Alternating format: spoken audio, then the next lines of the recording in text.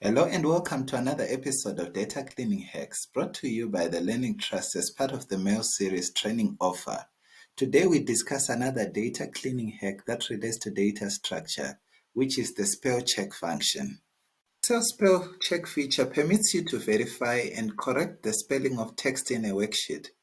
This function is helpful particularly when working with large quantities of text or when ensuring the precision and professionalism of your work.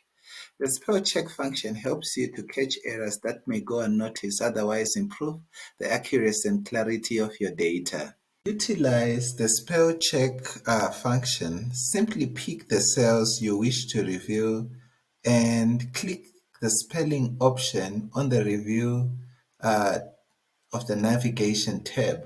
So you come here and automatically it identifies spellings that looks incorrect. In this case, we have a case where binary has not been spelled correctly.